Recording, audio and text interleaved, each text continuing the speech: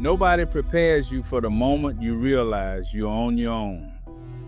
Not in a dramatic way, not with warning signs. It usually comes quietly. For some people, it happens in their 20s, for others, much later. But when it hits, it changes everything.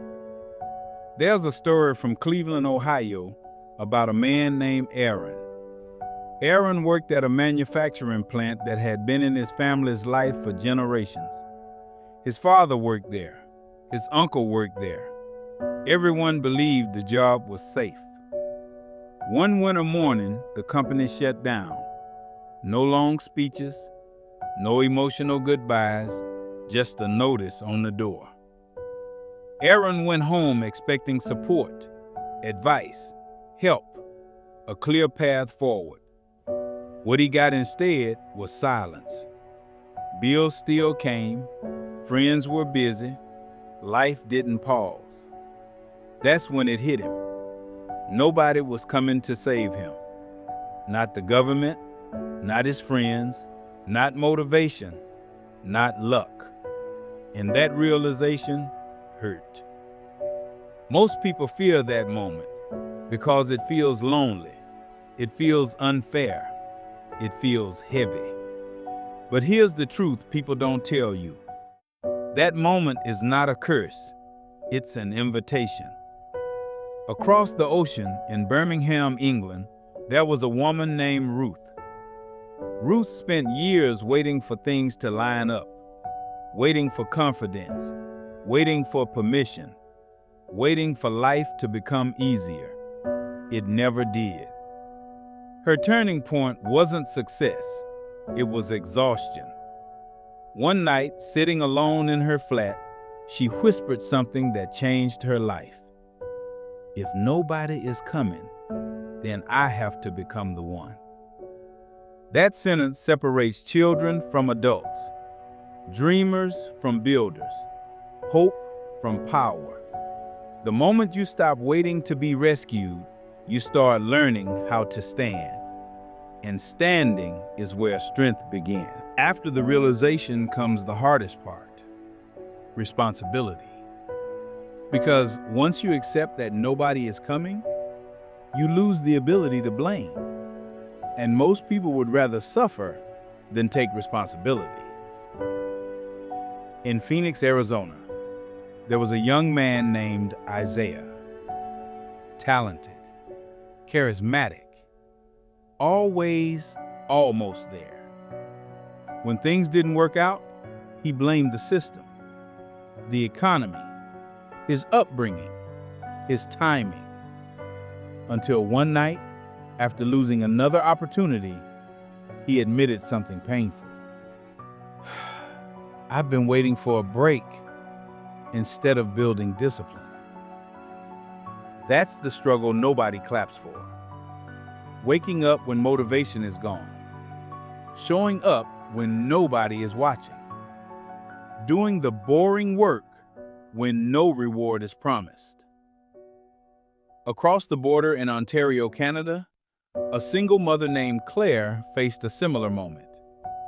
No backup plan, no safety net. 2 children are watching her every move. She didn't have the luxury of waiting to feel ready. So she moved anyway. She studied at night, worked during the day, failed quietly, adjusted silently. No viral moment, no applause. But something was happening. When you stop waiting for rescue, you start building resilience. And resilience doesn't announce itself. It grows slowly. Pain doesn't disappear. Fear doesn't vanish. But strength replaces excuses. And one day, you realize something powerful. You're still tired, still uncertain, still human. But you're no longer helpless. Here's the part most people miss. Power doesn't arrive loudly. It settles in. In Perth, Australia, There's a former construction worker named Liam.